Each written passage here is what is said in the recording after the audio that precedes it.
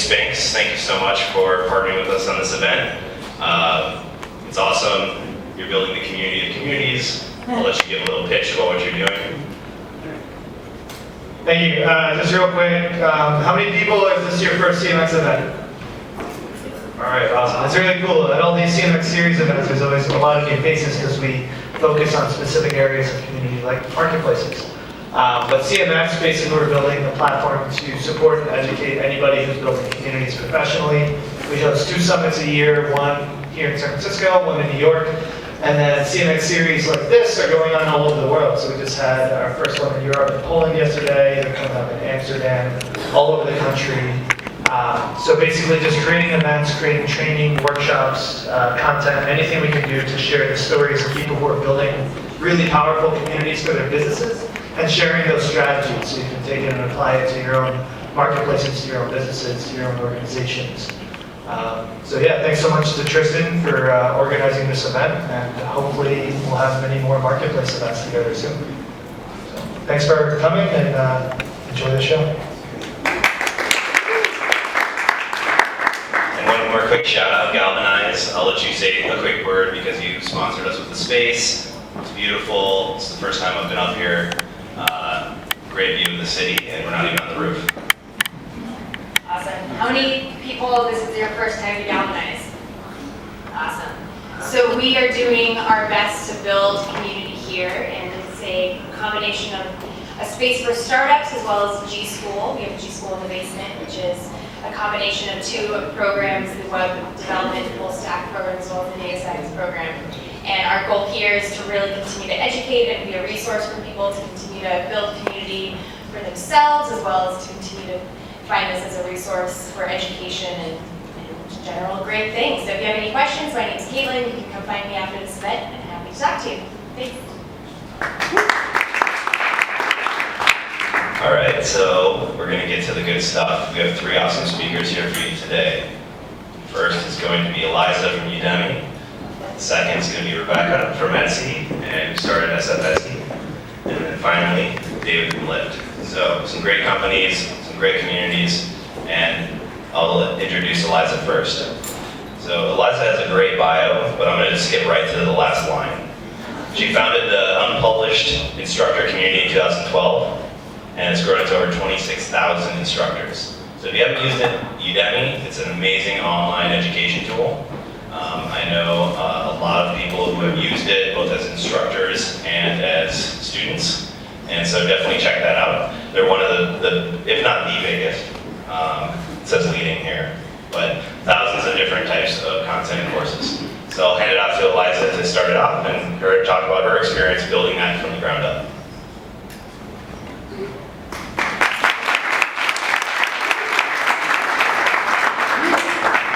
Thank you so much.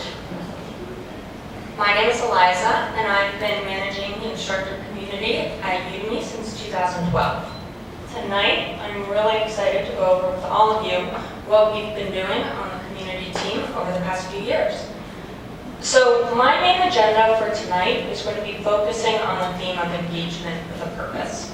And obviously everyone here, you work in communities, and you know that engagement is a really important part of what we do. However, I'm going to focus on specific metrics that we track within engagement and the programs that we run based off of those metrics. So hopefully you can take some of this back to your own communities, think about the metrics that we look at, and also the programs that we run based off of those metrics. First, I'm going to give you just a little bit of an overview of what Udemy is. Some of you might not know. And then I'm going to talk about the 2 phases of developing the community on Udemy. The first is really going to focus on collaboration, and the second is going to focus on commitment. And again, within those 2 phases, I'm going to pay a lot of attention to pretty tactical things about tracking metrics, engagements, and then the programs we run as a result of that data. So here we go. Udemy is the global marketplace for education, and so what that means is that anyone can come onto the site and purchase a course, but also anyone can come onto the site and create a course, and that's what I do. I manage that community of course creators or instructors. We have some numbers up here that you can look at: 6 million students, over 14,000 published instructors. But one thing I want to emphasize that's really important is that 90% of our instructors have never taught before. They're experts in their topic, they're experts in their field, but they're not experts at teaching.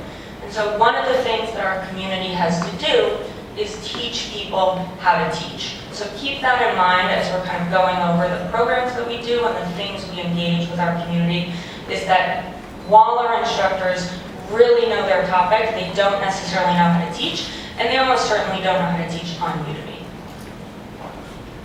Within the community itself, our mission is to create a global network of instructors who are helping each other to teach the world.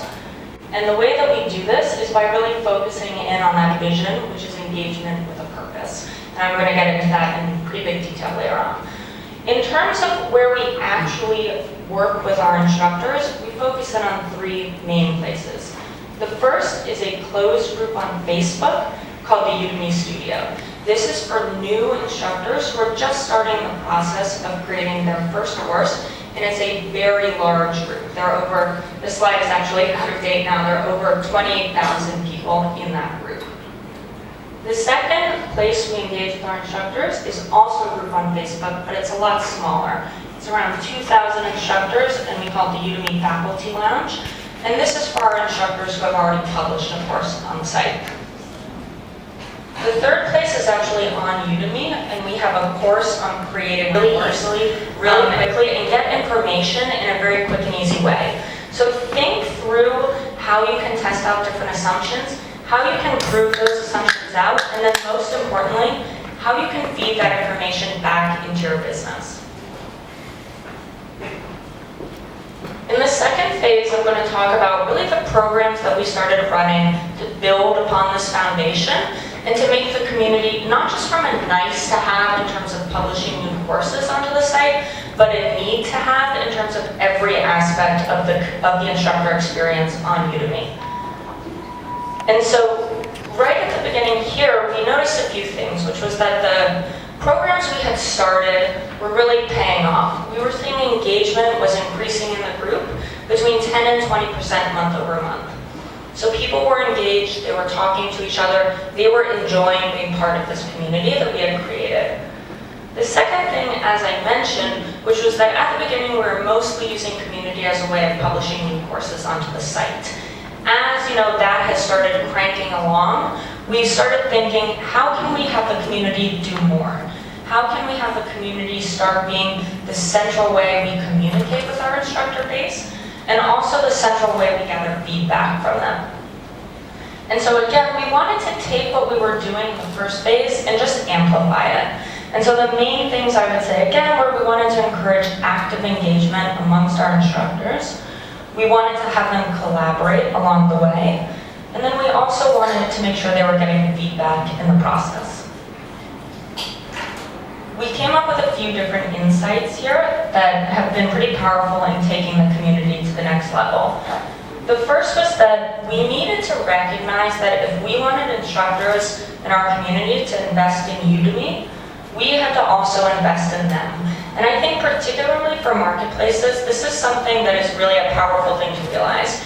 Your seller base is your company. If Udemy didn't have instructors publishing courses on the site, we really wouldn't have a Udemy. There would be nothing there. So we needed to start treating instructors like the business partners they were. And we had a pretty central realization here, which was that our instructors wanted change to happen with them and not to them. As a result of learning this, we implemented something called the Udemy Instructor Council. And this is a group of around 200 select instructors who give us feedback on both policies and products that are related to the instructor experience on the site. So it allows us to kind of test out new policies and new products before launching them to the greater community. And it also allows us to really take feedback from our community and incorporate it into the roadmap going forward. This has been something that we haven't always done well at Udemy, and a few times actually we did really quite badly. We had a few big changes we made to the instructor experience on the site that we did not take feedback about, and I then had to manage a very unhappy community for around 6 months. Since then, We've been pretty diligent about always taking instructor feedback and most importantly, incorporating that feedback into our roadmap, whether it's policies or products that affect that instructor experience on the site. The second thing that we've been doing recently has been really brought on by some organic things that we've seen happening in the community. We were seeing instructors meet in the Udemy studio and form friendships outside of the group. So these were instructors who were exchanging email addresses, talking on the phone about their courses, and also even meeting in person if they realized they lived near each other. So we very recently started something we're calling Udemy Local, which is a worldwide meetup program that's hosted by instructors, but supported by Udemy. And we're hoping that this will be a way that instructors continue to engage with each other. It's a new type of engagement, and that they'll continue to really solidify their bond between each other and also with the Udemy brand. So for three key takeaways for this presentation, what I would say is that the first thing, it's the most important thing when building a community, but you need to foster engagement. Equally important, however, is you need to track that engagement. And I would say even in addition to that, you need to figure out what your killer metric is for your company. For us, that metric was when we figured out that one interaction leads to being 4 times as successful on the site. Figuring that out allowed us to invest in the community and focus our attentions in a way that we never would have been had we not realized that. Similarly, I would say that the second key takeaway is make sure that your community is not operating in a silo separate from your website. So make sure that if you're successful in your community, you're also being successful in your business. And for us, it was hard to do this because our community is on Facebook. Obviously, our site is not on Facebook. So we had to spend a lot of time thinking about how to tie those two successes to each other. But again, once we've done that, it's allowed us to be very strategic in the engagement we're trying to foster amongst our instructors, and also very strategic about how we focus our time. The third thing is particular to marketplaces, but you have to think of your seller side community as your partners in the business. And for us, that meant we had to spend a lot more time being transparent in our communications with our community, and also really being upfront and honest about collaborating with our community. So we couldn't just be transparent, we also had to take into account instructor feedback and instructors' opinions for their part of the business going forward. Once we started doing that, instructors really felt that they could invest in us, and we felt we could invest in them. It made our relationship far more strong, and also I think way more sustainable going forward. So thank you so much. Happy to chat over any of this, and let me know if you have any questions later on. You see too, Rebecca, let her take the floor.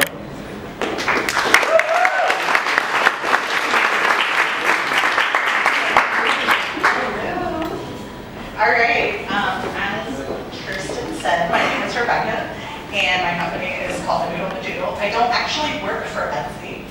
I work and I'm the team leader for a local organization called Etsy. I'm going to read a little bit.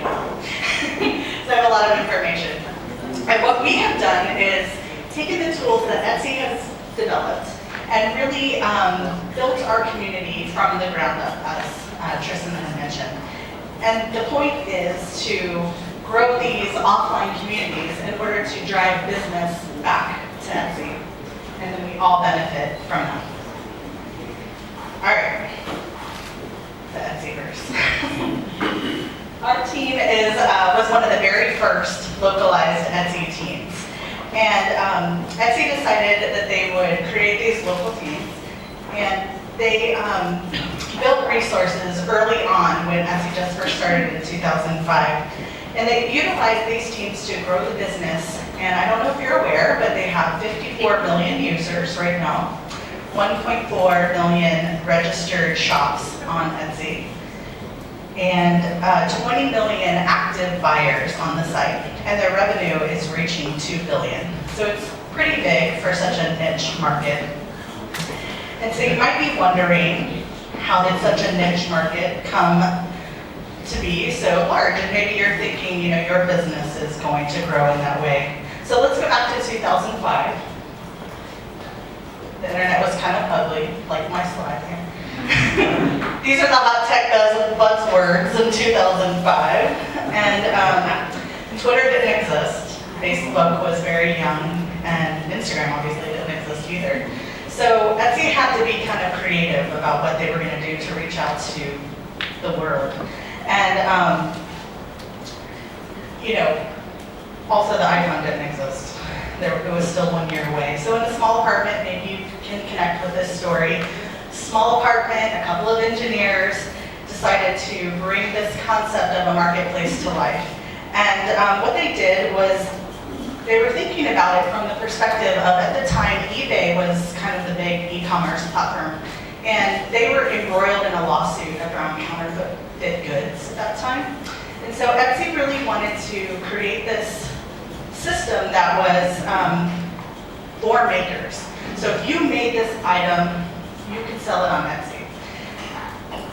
There were no manufacturing at that time. And that was the early ethos of Etsy.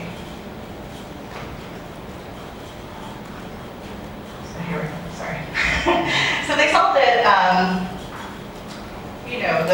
their users were really getting the concept of what they were doing. But they needed, they kind of wanted to know more about why people were coming to the site and what was driving these makers to tell people about Etsy. And they thought of this concept called local teams. And it was really born out of sort of the idea around street teams that musicians were using at the time to go out into their local communities and get the word out and really, try to understand why people were talking about a band. So they wanted to use that concept to really grow and develop Etsy. So they chose San Francisco as one of their first Etsy teams. And they reached out to a lady named Jen Johnson, who is still part of SF Etsy. And she has a small handmade jewelry business. She was getting a lot of traffic. People were buying her things, and she was sending people, her community, back to Etsy. So they kind of wanted to understand why this was happening. And they chose San Francisco not only because there's a large group of makers here, but also because we are early adopters of technology. So here's the concept. Our team is called SF Etsy. And what we did originally was kind of band together and then utilize our own social graphs to drive traffic back to Etsy. And what they learned early on was that makers like to talk. They like to talk about what they make. They're really excited. They're entrepreneurs. They make business cards. And every single one of those business cards, and every time they talked about their work, it had Etsy.com on the end.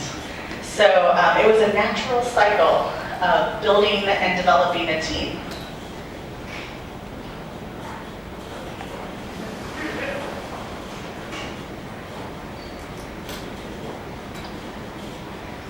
So here's the basic setup, how they initially started the structure. Because pretty quickly it kind of got out of control. Like all of these people were doing all of these things. They were like, okay, let's put some structure into this.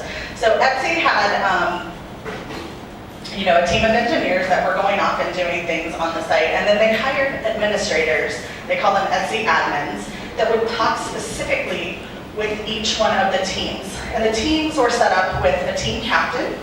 And then they could select leaders, and then the team captains and the team leaders could together add in team group to their team. So instead of Etsy talking to all of these people, they were only speaking to the team captains. So, and it wasn't the engineer speaking to them, it was an administrative group of people.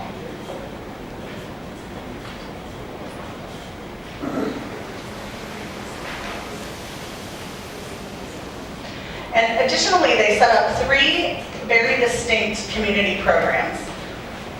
A financial support program, an educational program, and an event sponsorship program.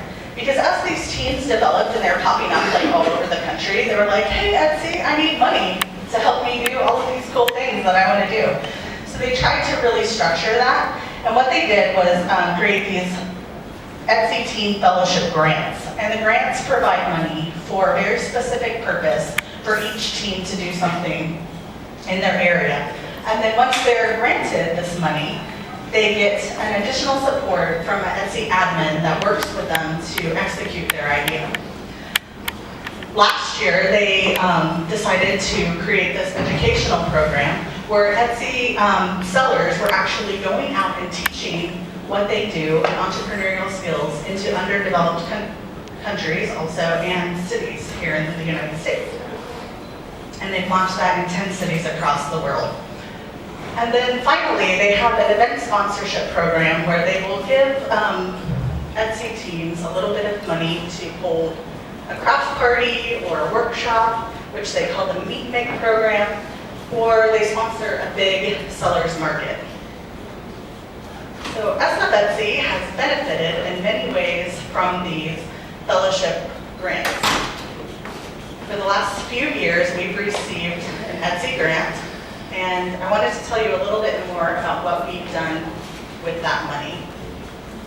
So what we've done is we have held over 50 local meetups, around 54 actually. These are very interactive meetups with our community of sellers and also our community outside of Etsy. We have held over 50 local workshops. We work with several museums here in the city where they will, donate the space, and then we teach people how to do crafts. We give business lectures, all kinds of really interesting things. And we have also sponsored over 36 pop-up shops. This is where makers come together and they sell what they do, what they make. Here's kind of a little list of all of the companies that we have worked with through SF Etsy. And we're very proud of the work that we've done. We're a big team. We have 1,400 members, and our reach is pretty huge. And we're super excited to continue to work with the city of San Francisco and the Bay Area.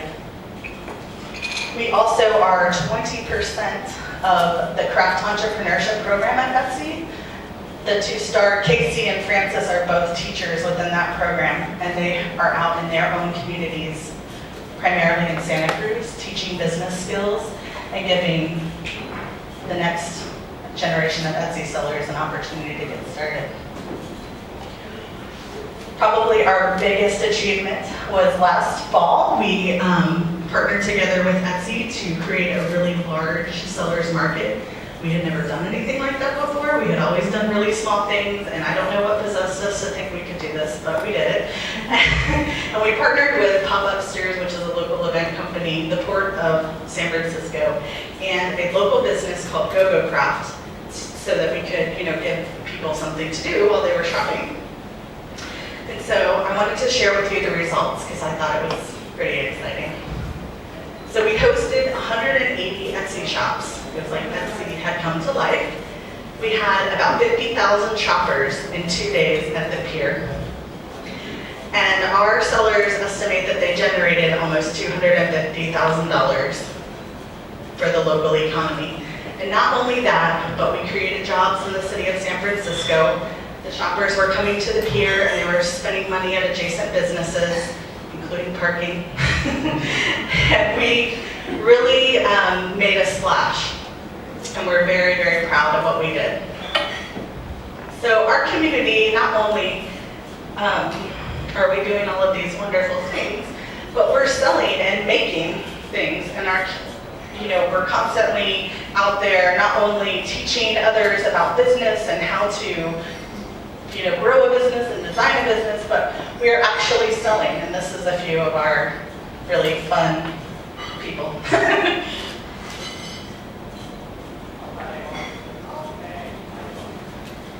So this is a really important piece that I wanted to make sure I read it to you so that you kind of got the excitement that we felt this year as we were tallying where our members work and how pervasive we are in our community. Our team members' work can be found locally in stores and across the country in anthropology, Urban Outfitters, West Elm, Target, the museum stores in SF MoMA and MoMA, the Museum of Natural History in New York City, the Legion of Honor, the DeYoung Museum, and many, many more. And we are also participating in pop-ups, as I had mentioned before, and 10 of our team members own small businesses here in San Francisco, so they have their own retail stores, which is very exciting.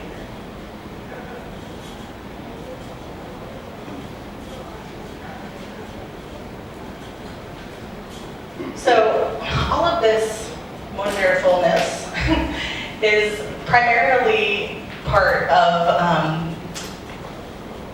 not only, the financial support that Etsy has provided to us, which by the way, we've only received around $7,000 from Etsy. We've done all these wonderful things. But we have, this is how our team is structured. We have 2 co-captains, myself and another person. And then these 10 areas, so each leader has their own area of expertise. And then together, we get all of the things done that we need to do.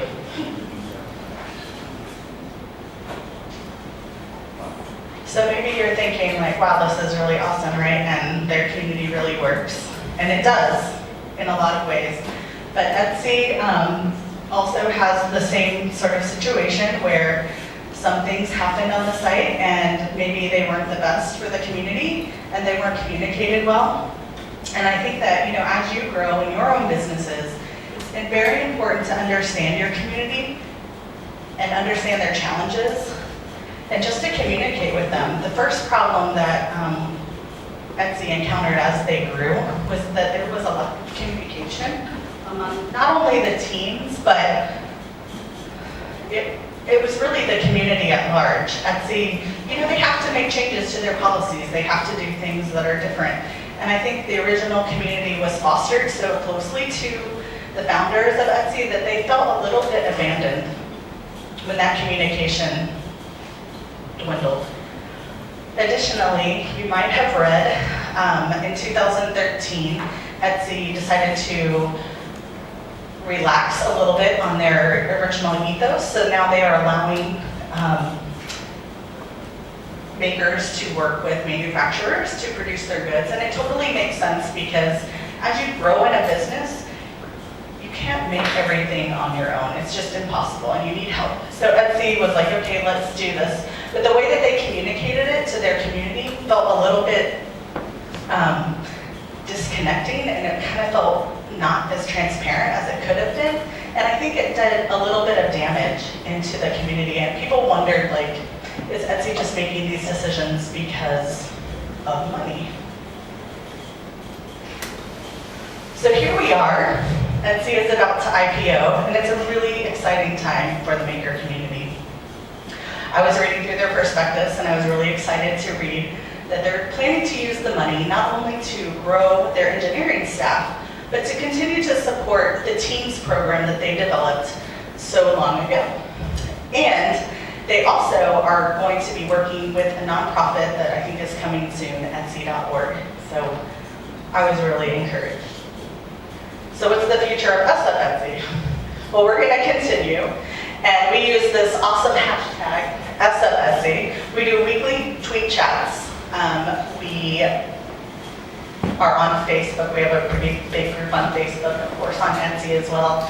We run contests on Instagram, all with our hashtag, and then we, do interviews in our community, on our blog. We host different guests on our tweet chat. We've got Tristan. It's been really fun. Tuesday nights at 9 p.m. And, we're going to continue to grow. There's always going to be makers. There's always going to be people looking for makers, things to buy, and you want that personal connection with the things that you make. So I'm looking forward to the future. Thank you so much. And again, my name is Rebecca.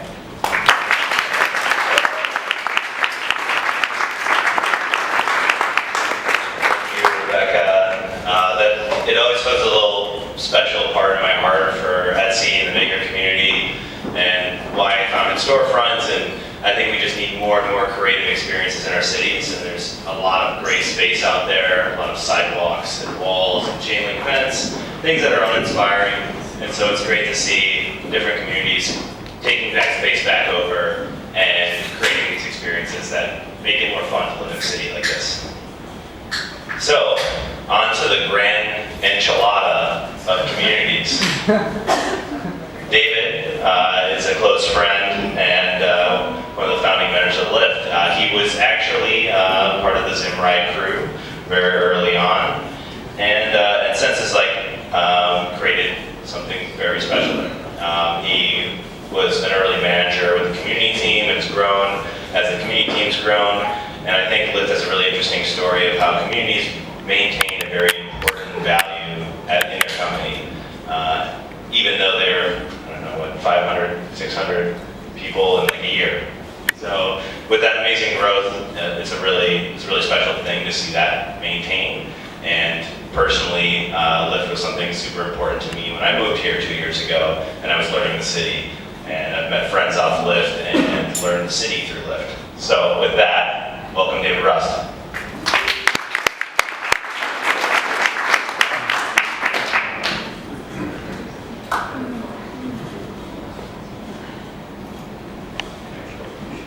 All right.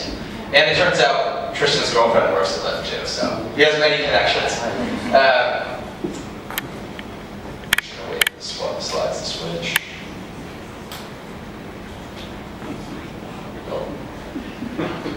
How's everybody doing today?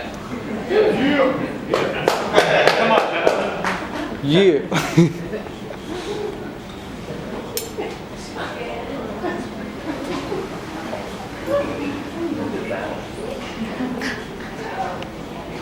All right, there we go.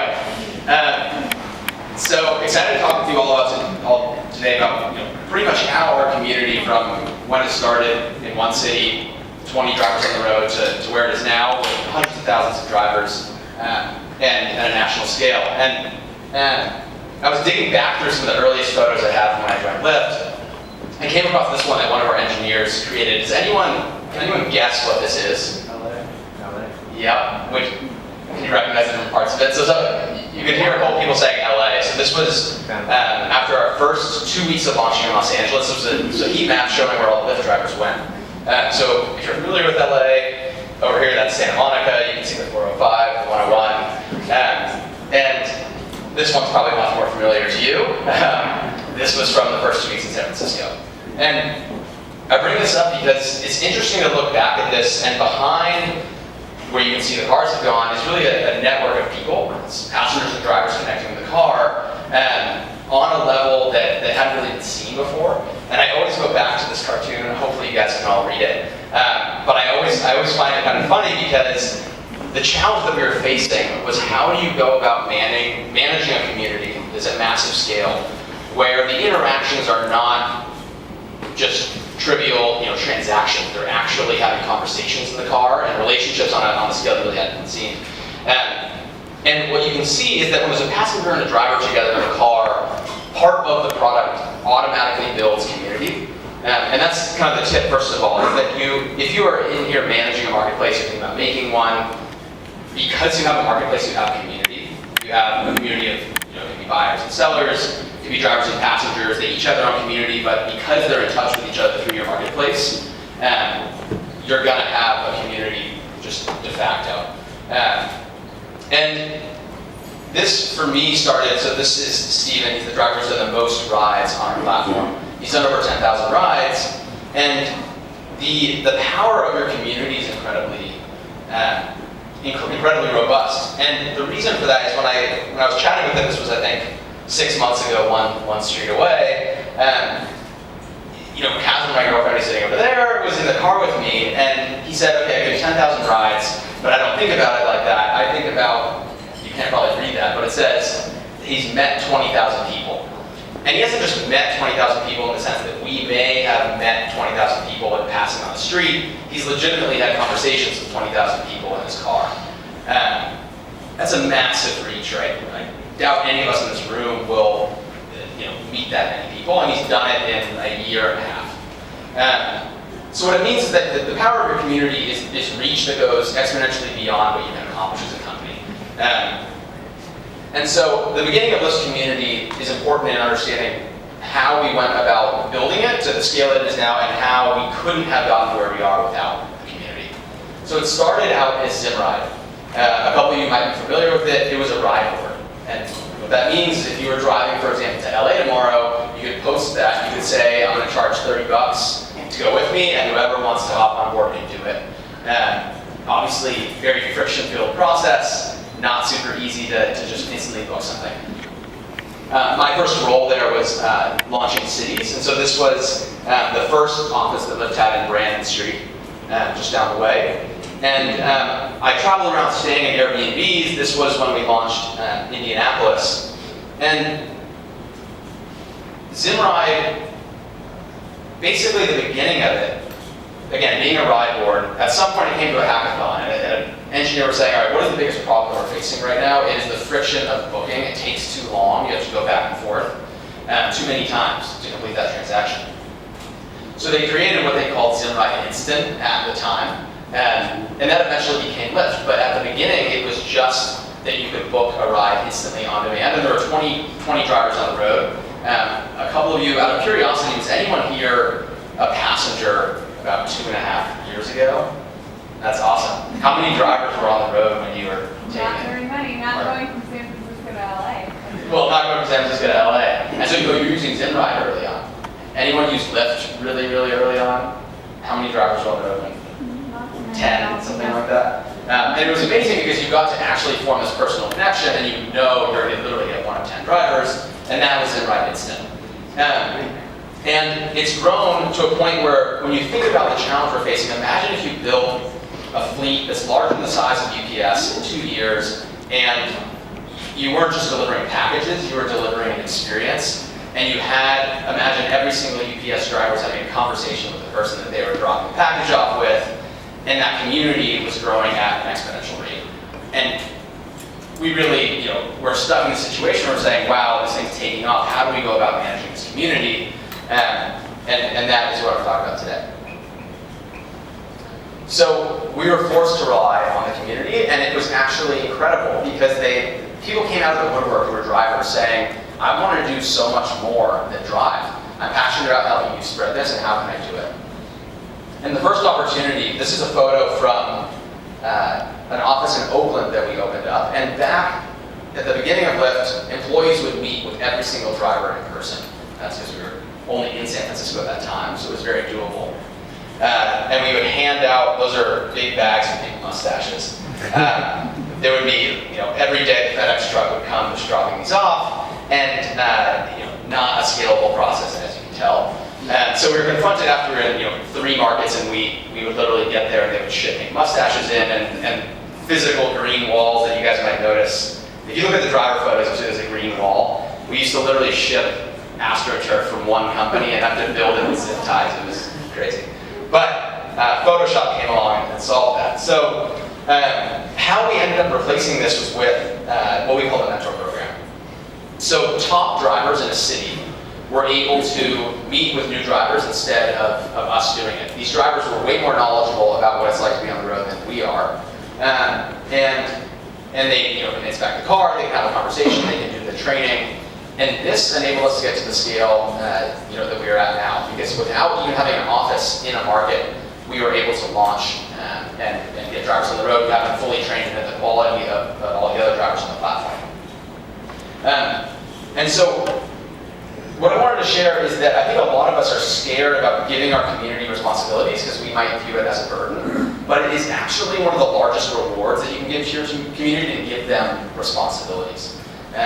If you think about in your job what is most rewarding, if somebody comes up to you and says, we have a really big challenge that we're facing, and I want you to help us, that is an incredibly gratifying moment. And our drivers felt the same way when we went to them and we said, look, we're launching Chicago, and we really want to get you involved. Can we send you from Seattle to Chicago and help us? They were incredibly excited about doing that. So don't be afraid to give additional responsibility to communities. They really want it.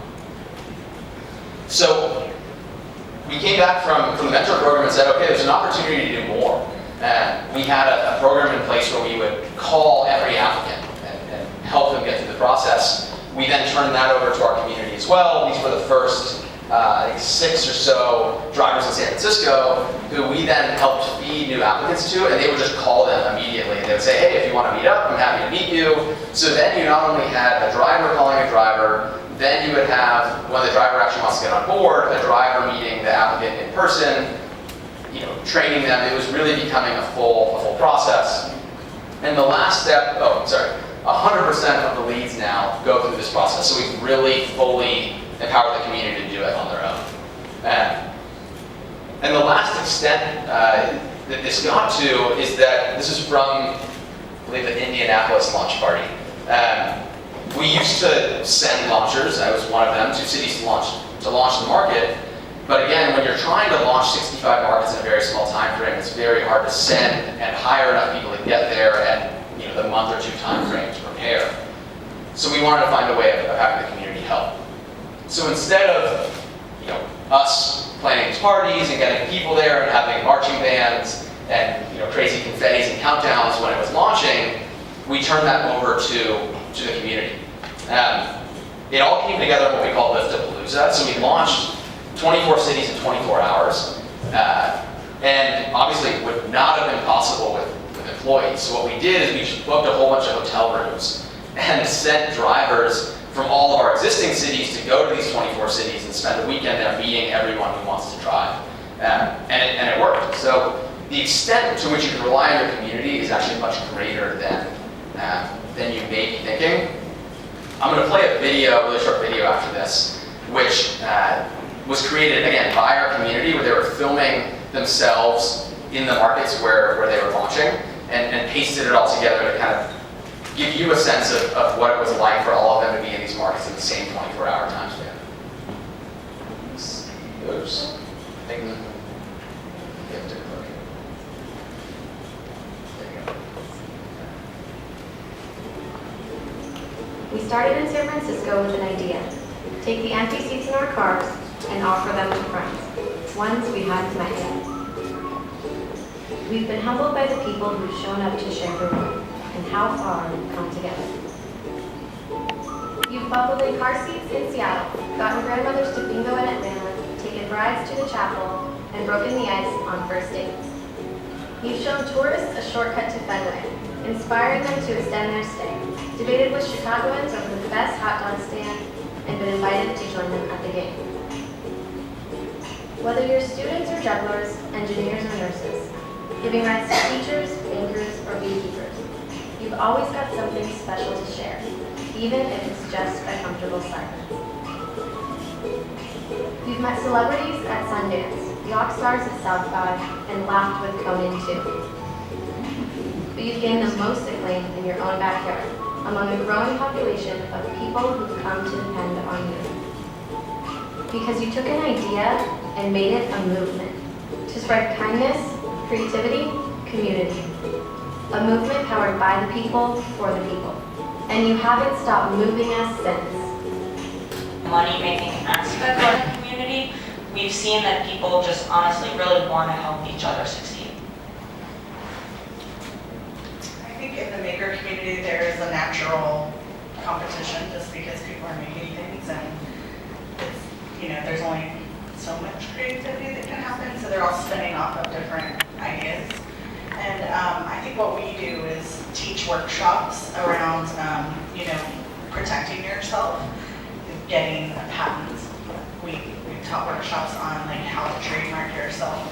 So a lot of our community are small business people, but they're artisans, and so they don't necessarily have business skills. So we spend a lot of time developing that within our community, is to help them actually get out into the world and be real business people and not just their product. So we do occasionally get that whole seed of that person stole my idea. We try to just shut it down as quickly as possible and talk to them about, how we say don't talk about it. And we point them in the direction of get your patent, get your trademark, make sure that you have all of your ducks in a row. And I think it surprises me every single time when people aren't thinking that way, because it's expensive, but it's definitely something that you have to teach your community to protect themselves. David, you were talking about you were talking about giving responsibility to your community. Have you ever made a mistake that you've given too much responsibility in one something and then taken it back? Or? Yeah, so the question was about whether we've ever given too much responsibility. The one I would think about is when we were getting to this 12,000 person in a Facebook group scale, which the one caveat I would say is I think you mentioned that your community is also largely for new instructors. We saw as well that if you have new people going through a group, the size of the group actually doesn't matter as much because you have new people flowing through and it's actually incredibly productive at almost any size. But one thing we did is when we were growing to that scale, we started having moderators who were drivers as well. And the number of moderators you need at that scale gets really, really large. And we actually ended up having to kind of pull that back because if you have a large community and moderation is a mixture between you and other people and you're not in total alignment about what is going on, it can kind of get crazy. So I think that was the one where we ended up pulling back the most. This question is mostly for Eliza, but I'm happy to hear what all of you have to say. We recently started a small Facebook group, and our community is growing. It's the top users are very, very highly engaged, and they're very enthusiastic about the brand. But I'm kind of concerned that the community relies too much upon me as the community manager, and I'm wondering how, as you grow larger, you get the community support and kind of grow by itself and then step back and Yeah, that's something that we were pretty focused on from the beginning because obviously if you're just answering all the questions, it's not really all that scalable. One thing we've started doing recently that I think could potentially help you is we've started running campaigns in our group, kind of like you would do over email marketing, but it's like a 2-week-long or even a month-long campaign where we create different tasks for people to do. And then within the task, like for instance, one time we ran a campaign around publishing a high-quality course, and we had maybe 5 steps. You could upload an outline, you could upload a test video, and you could, upload your first 5 lectures. And so once you have people doing all of those steps by a certain date, you can then kind of bake into the program, make sure you are also commenting on other people's as well as getting comments on your own. And we found that that created a nice cohort effect. It has people engaging in the same way at the same time, which is often difficult in a really large community when people are joining all the time at very different stages. So by creating a cohort of people and also make it very clear that you expect them to participate with each other, we've been able to kind of continue that cross-instructor collaboration, and you could try that out. You said that tracking engagement is obviously really important. So, at what level did you start, or how long into it before you put development resources behind it to say, okay, I need a script to start tracking this versus just kind of manually tracking it on your own? Yeah, that's a great question. We actually built the script pretty much right away to start being able to track it. Unfortunately, once the group got too big, you couldn't run the script anymore. And so we had to stop doing that. What we're doing now is we're tracking manually every month whether someone posts or not. So that's how we're able to see the percentage of the group every month that's growing in activity. However, we have just started trying to scrape data again with our data infrastructure team using the Facebook API. So this is just still in the works, but I can keep you updated on how that goes. Honestly, this has been something that I've been trying to work out for 2 years, and I would say if there's a downside to Facebook, it's that it's hard to track, and most of the time it's purely manual. By the way, if you're interested in this, talk to David Spinks after, because he wants to build a product to track data analytics in Facebook groups, which you can get analytics right now on Facebook pages, but you can't get the same thing for the community, so push them to make it. Actually, a question from the live stream, and it's a question basically asking, do any of you focus on both sides of the marketplace community, and if so, why? That's the question that came across. Yeah, we definitely focus on both sides of the marketplace, so both passengers and drivers. The reason that most of what we focus on internally in terms of Facebook groups or email engagement is focused on drivers, is that we feel that passengers' interaction with our community is already happening primarily through the interaction with the driver. And so while for a passenger they may just need a ride once a day or once a week and they happen to get in the car, that one experience is their interaction. With a driver, they can be on the road for 40 or 50 hours a week. So having a higher degree of engagement with us just had a much bigger impact, and they needed it much more than we felt like passengers needed it, which is why we put more emphasis on it. Yeah, totally agree with that. We work with our instructors to, have them feel connected with us, and then we try to work with our instructors to make sure they're providing that community experience in each one of their courses. Obviously, Etsy has a very distinct dual community where you have the community of sellers and the community of buyers. And over time, as I've seen the site grow and develop, there is definitely some concern amongst the community on how to speak to both parties. And I think that is definitely a topic that Etsy is trying to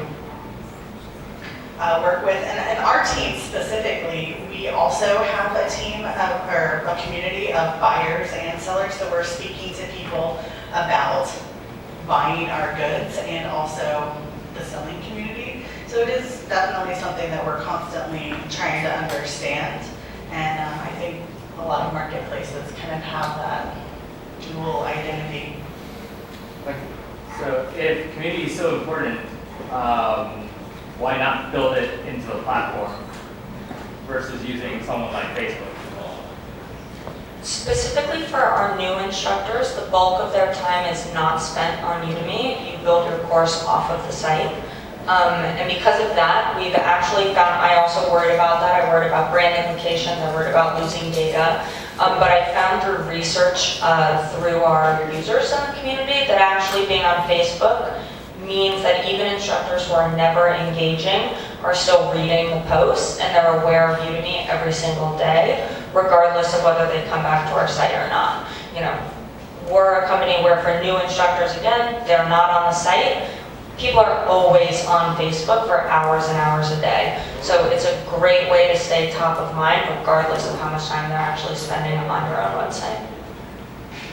I know I probably skipped this in my presentation, but Etsy actually did build their community online through a forum system.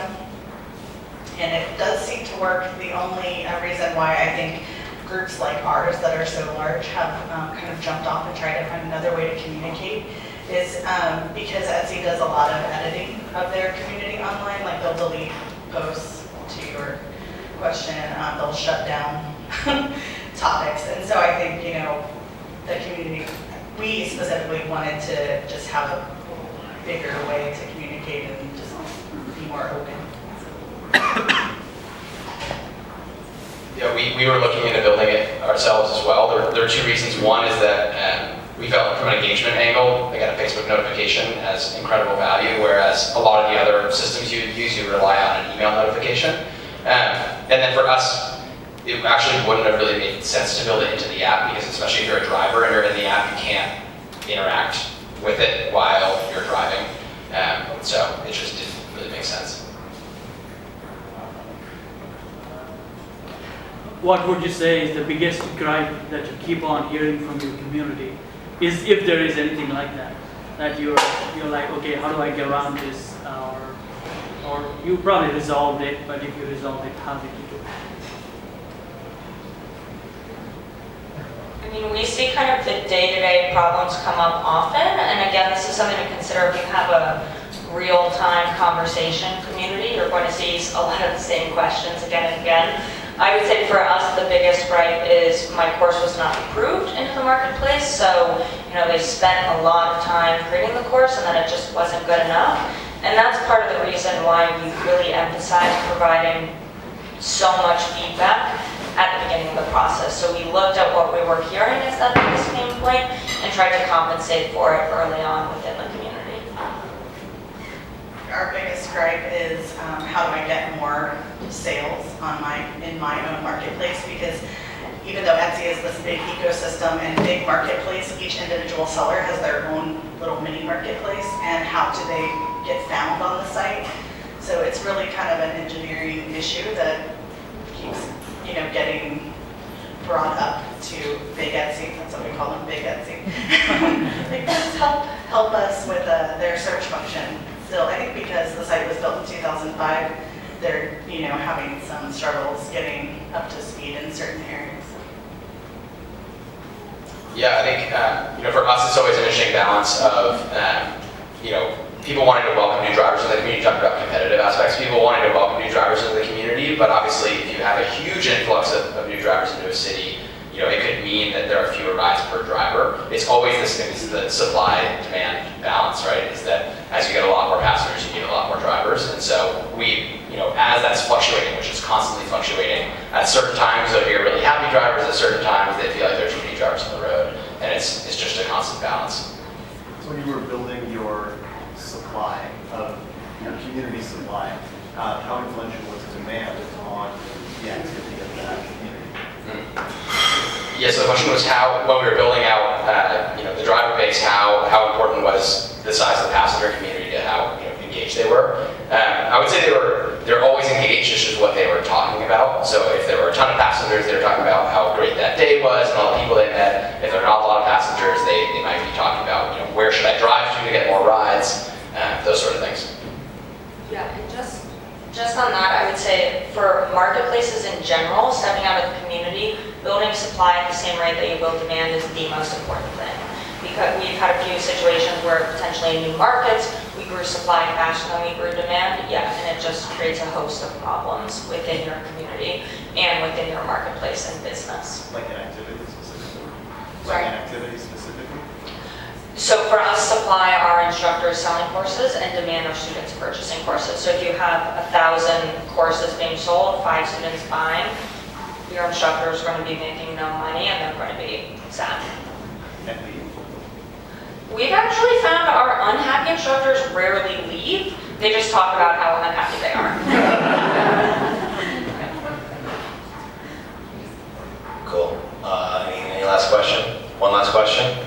I'm just wondering what's next. You guys have talked about how much you've grown your communities. What are the next steps? Are you going to do another big event with SFFC? We are. We are going to be back out at the pier in the summer, so May 30th and 31st. We're working again to do another sellers market. It won't be quite as big, but I don't know. It's a tough balance, between this online marketplace and doing the offline activities. So we continue to do workshops every single month, and we, hope to continue to do that with or without Etsy support. I'm planning on building another community that's a bit less real time and more like, if you were thinking about analogies, less Facebook and more of something like a Quora. I've heard from a lot of instructors, they want to put more time into the questions they're asking and the answers they're giving, but they feel that the real-time nature of Facebook means that a lot of knowledge is lost. So thinking about a way we can still have peer-to-peer information sharing and just make it a bit more permanent and also a bit more focused on social proof. So people want to spend time giving answers, but not if that answer is then just vanished. They want to be known as someone who gives good answers. So we're going to spend some time thinking through that. Yeah, we just, I believe it was this morning, announced driver profiles, which is, I think, one step in a direction that we're going to do a lot more of. It means that, when you have your driver, your match, you can actually learn a lot more about that person, how long they've been driving the platform, their interests, their favorite music, hobbies, and those sort of features built into the app, really enable community to be built organically on a scale that we can't do just manually, putting people in touch with information. So excited to do a lot more on that front. All right, now it's time to drink the rest of the drinks. Thank you guys.